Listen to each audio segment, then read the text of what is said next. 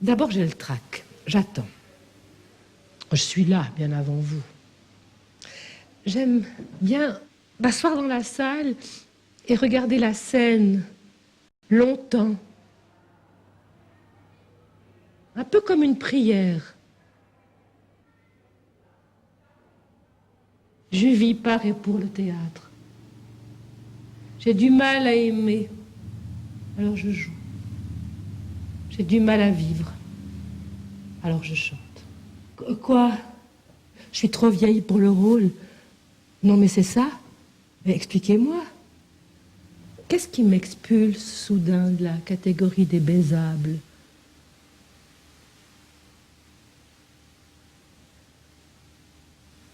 Ah, c'est ma gueule.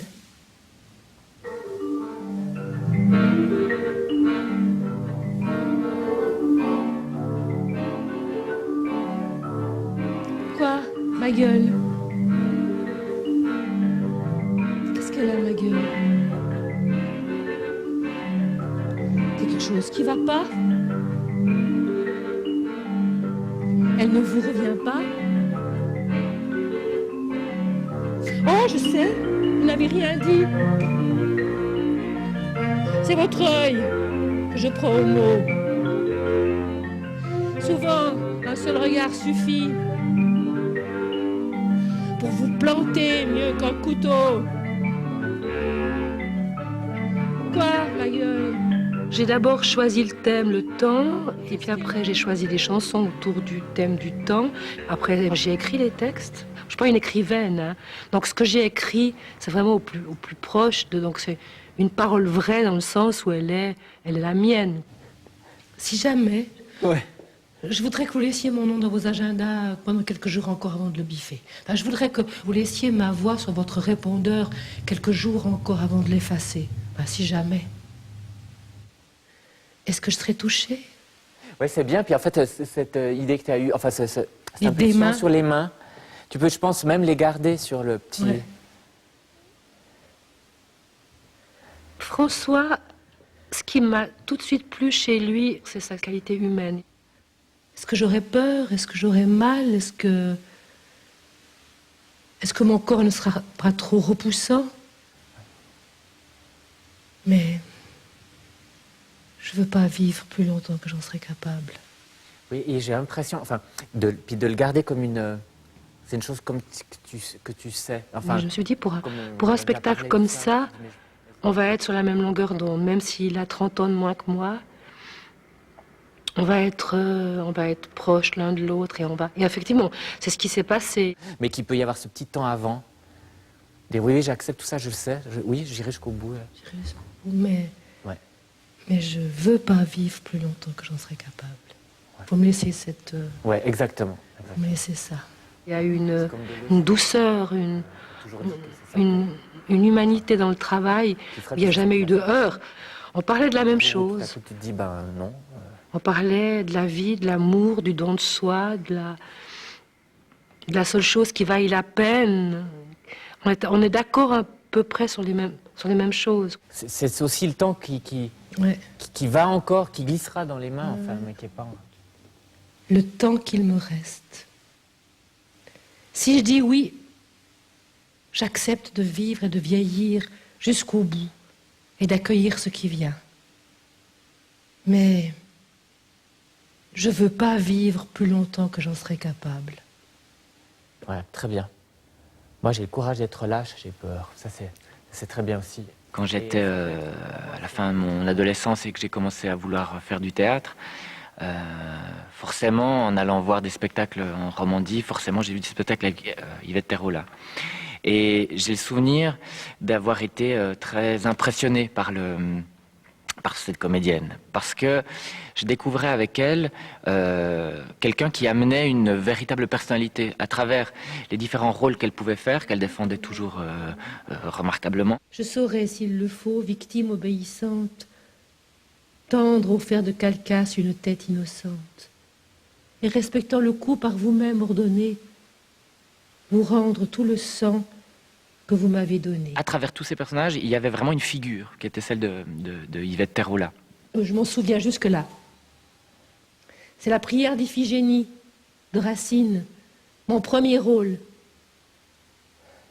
J'avais 14 ans. Yvette, au sortir d'un de mes spectacles, vient me trouver en me disant est-ce que ça vous intéresserait éventuellement de travailler avec moi autour d'un tour de chant, ce qui était assez touchant, parce que c'était cette comédienne incroyable qui venait me dire ça. C'est comme si depuis un bout de temps, je voyais les choses me regarder d'une manière étrange. C'est comme si elle me faisait un signe d'adieu. Adieu, Yvette. Adieu. As-tu pensé au temps qu'il te reste, Yvette? Adieu. Le temps qu'il me reste. Alors, oui. Non, je pensais à ce fameux geste, Voilà. tu sais. Le temps qu'il me reste. Ouais, c'est bien de le faire. Ouais, je chaque pense, fois. voilà. Le temps. Il peut même y avoir comme le geste d'abord, comme, enfin, s'il est le... Ce qui m'a vraiment intéressé, c'était d'entendre justement une figure comme Yvette Terrola qui tout à coup voulait aborder une chose aussi personnelle que le temps qui passe et les effets concrets d'un temps qui passe. La main qui se tache, le cheveu qui tombe, l'ouïe qui s'enfuit, les yeux qui se creusent. Peut-être qu'on peut aussi l'essayer en ajoutant une dimension, je sais pas, horrible, d'inéluctable. Puis il y a ça, il y a aussi ça. Puis à ça, Ouais, tu il y a fais ça. Tu verras, c'est horrible. Il y a ça, il y a ça. Et comme si ça m'arrive, tu vois. Et les os qui font ça, et le truc. Ouais, puis là, on dit pas tout encore. On dit pas tout. Ouais. Le ventre qui redouble, les fesses qui se flasquent, les seins qui s'effondrent, le sexe qui s'assèche, la vessie qui fuit, le teint qui jaunit, la varice qui bleute, l'arthrose qui s'impose, l'arthrite qui irrite, le cancer qui ronge, la mémoire qui... Il me semble que c'est jamais impudique, c'est jamais... voilà, je vous dis ma vie, je vous raconte ma vie, ou je vous... Enfin, il me semble, enfin, j'ai toujours essayé que mon histoire personnelle rejoigne une histoire plus universelle. Comme dans Histoire d'elle, je parlais de ma mère, puis du combat des femmes. Donc il y avait ça en balance, toujours l'histoire individuelle et l'histoire universelle. J'arrive plus à dormir. Je suis devenue insomniaque. J'ai peut-être fermé les yeux sur trop de choses. Et oui, c'est très bien. Puis je pense que j'ai peut-être fermé les yeux sur trop de choses. Tu peux prendre un temps avant de le dire. C'est-à-dire, non. C'est peut-être parce que j'ai fermé. Je n'arrive plus à dormir. Je suis devenue insomniaque. J'ai peut-être fermé les yeux sur trop de choses. Depuis des années, Yvette dit « Je suis à la recherche d'une parole vraie ». Qu'est-ce qui me reste à vivre? Combien? Et surtout comment? Le plus gros est fait, le plus dur reste à faire. Eh ben, Alors j'ai essayé de tout mettre en œuvre pour qu'elle puisse simplement dire cette parole vraie. Être libre de pouvoir la dire sans artifice, sans jouer quoi que ce soit d'autre que ce qu'elle dit.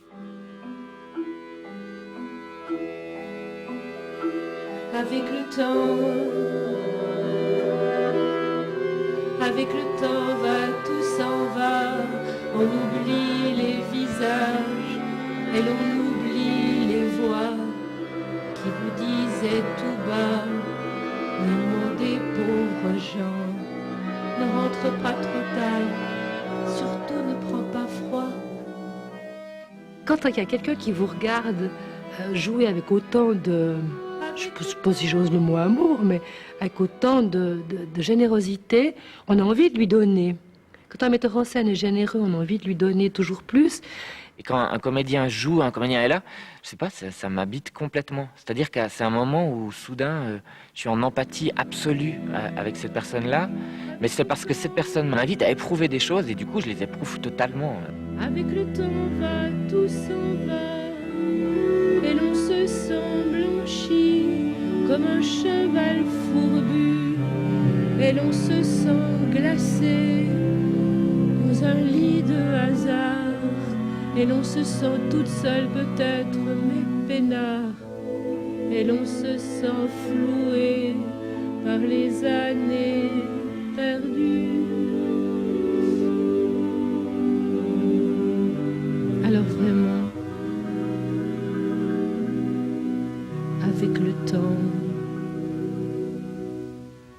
on n'aime plus.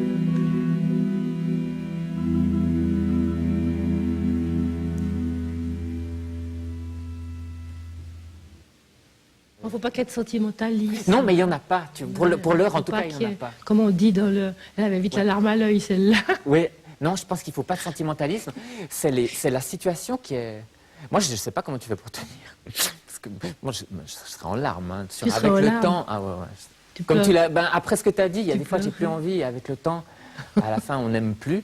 Mais ce qui est beau, c'est que ça donne vraiment à entendre la chanson, non pas comme justement la rengaine qu'on a entendue plein de fois, mais ça donne la valeur à chacun des mots que tu dis.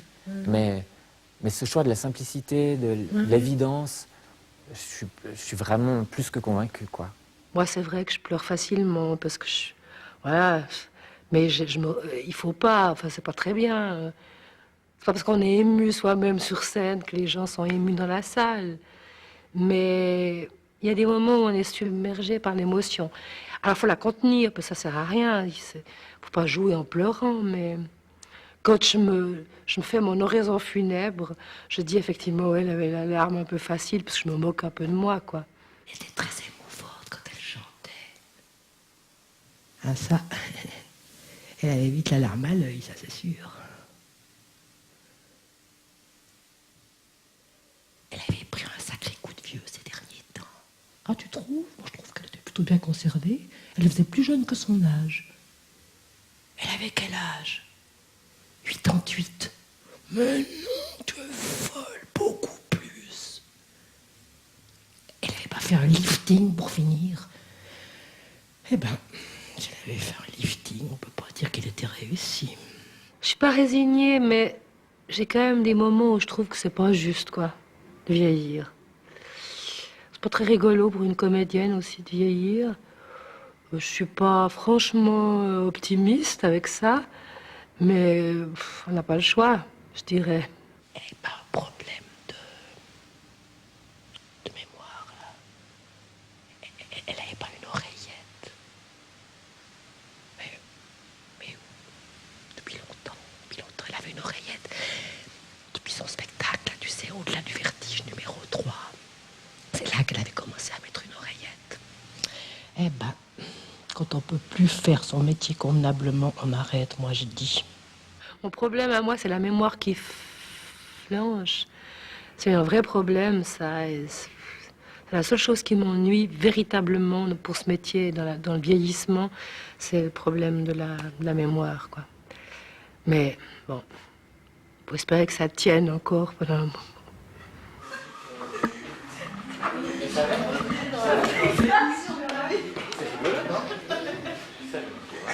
Il y a vraiment un espace où vous êtes au même niveau, là à côté, donc tu peux rester par là pour leur dire les choses, ou un petit peu devant. Là aussi, si vous pouvez regarder Yvette sans lui répondre, sans rien, et que toi, tu puisses profiter de ça pour vraiment dire, mais il n'y a personne. Non mais, sommes-nous condamnés à toujours poser des questions, et c'est vraiment parce que eux te... Bah ouais, qu'est-ce que tu fais? J'aime les gens qui doutent, les gens qui trop écoutent leur cœur se balancer. J'aime les gens qui disent et qui se contredisent et sans se dénoncer. J'aime les gens qui trouvent que parfois ils nous semblent capables de juger. J'aime les gens qui passent moitié dans leur godasse et moitié à côté.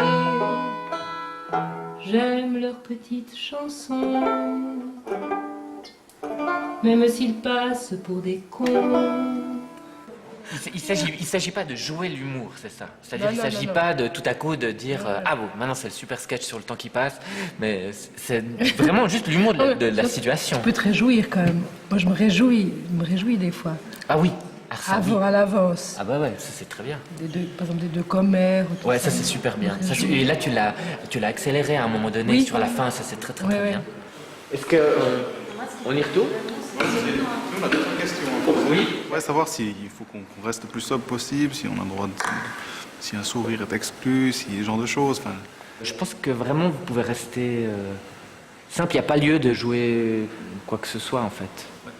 Ouais, mais de base, de rester impassible pendant hyper longtemps, c'est pas forcément hyper naturel, tu vois ce que je veux dire? Je pense pas qu'il y ait lieu de justement tenir quelque chose de trop...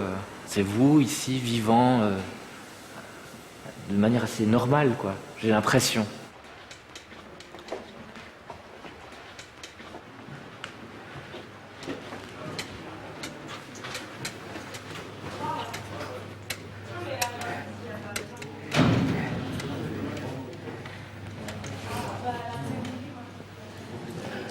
C'est bien.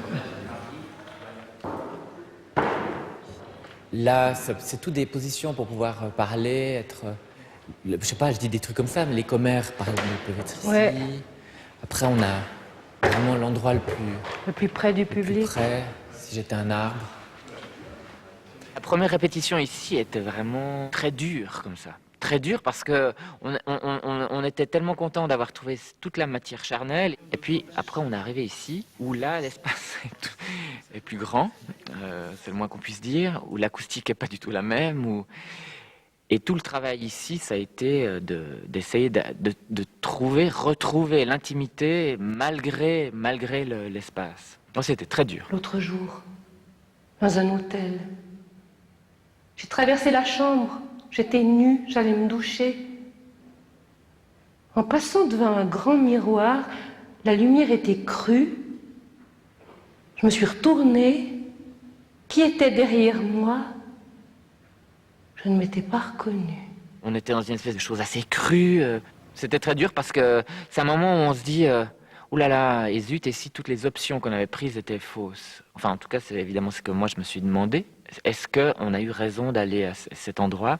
Est-ce qu'un grand théâtre n'appelle pas, finalement, dans le fond, une espèce de chose plus grosse, plus grande? Puis bon, on n'a jamais lâché.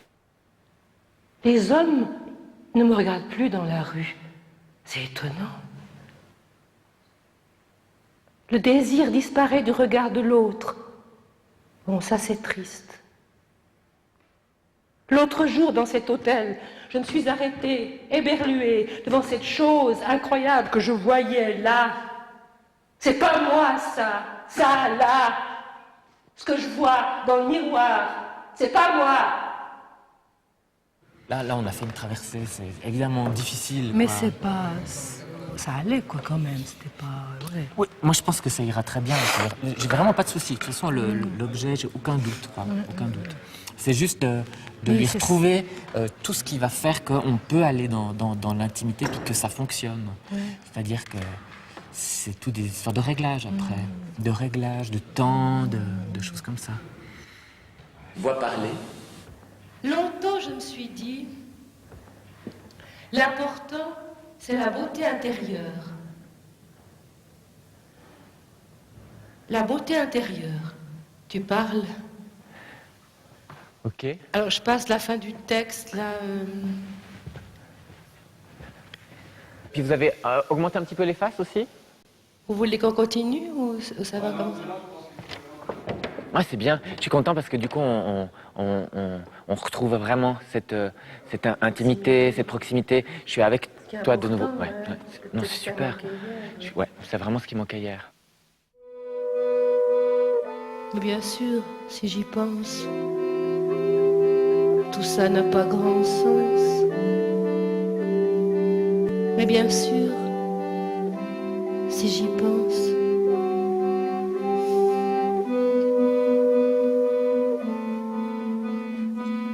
aujourd'hui, braderie, j'offre tout ce que j'ai. Je donne tous mes objets, mes souvenirs aussi. Contre un sens à ma vie, même un qui a fait son temps, même un peu décevant, même que pour des vacances, même que le temps d'une danse.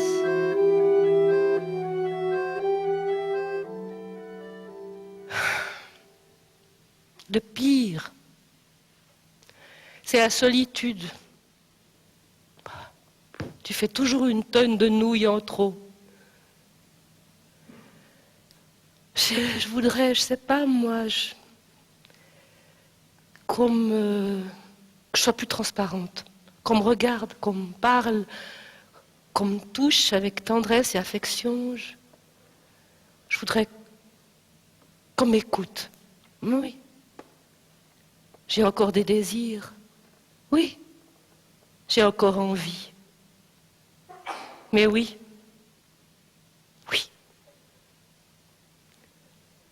C'est super.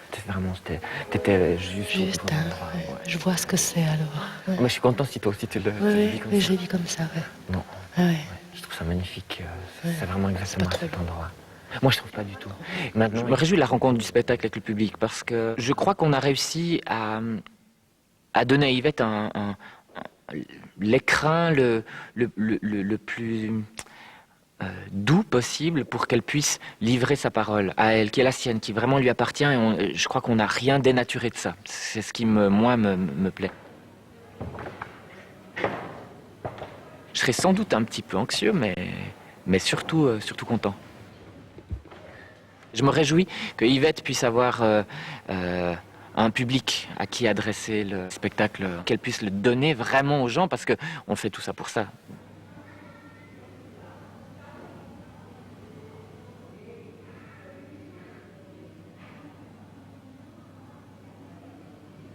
L'important, dans le fond, c'est de réinventer tous les soirs. D'abord, c'était pur au départ.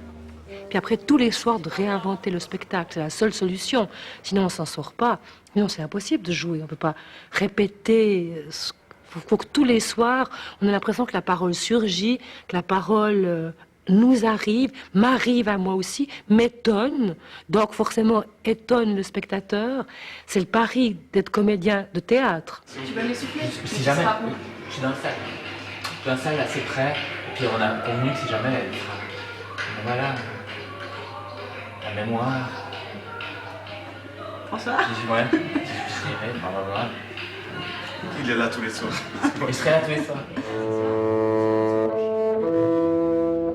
Il n'y a pas une personnalité.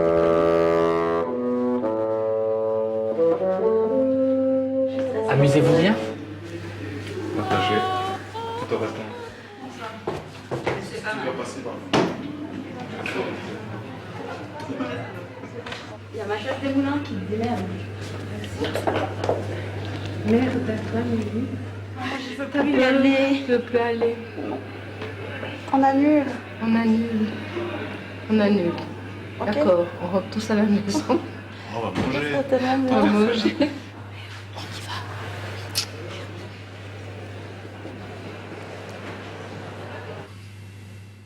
J'ai 64 ans.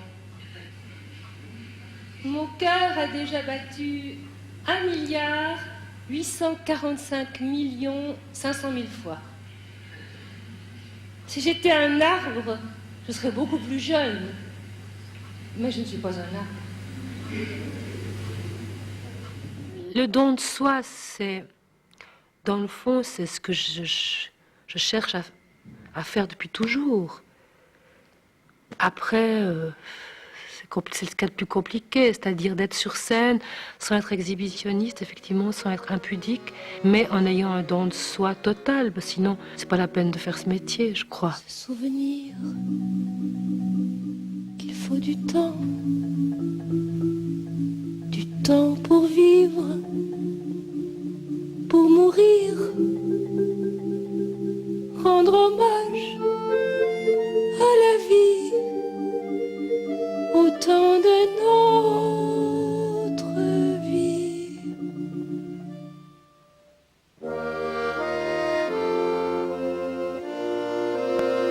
Et se faire horizon,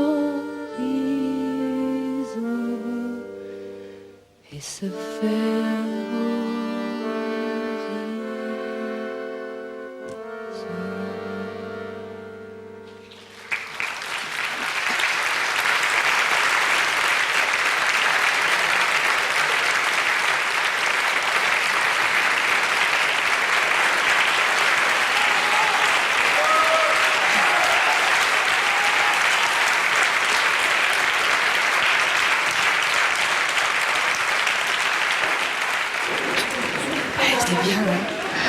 contente.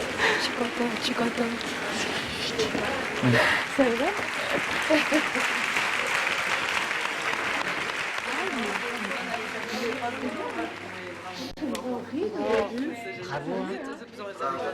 Bravo. Bravo. Bravo. Merci, Nicolas. Bravo, hein. Bravo. Merci. Et là, hein? Ça va? Tu vas souffler maintenant, hein? Merci. Ouais, bravo. C'est bien, hein? C'est vraiment bien, hein? C'est pas mis sur scène. Oh non, Il y avait ma merci, attendez.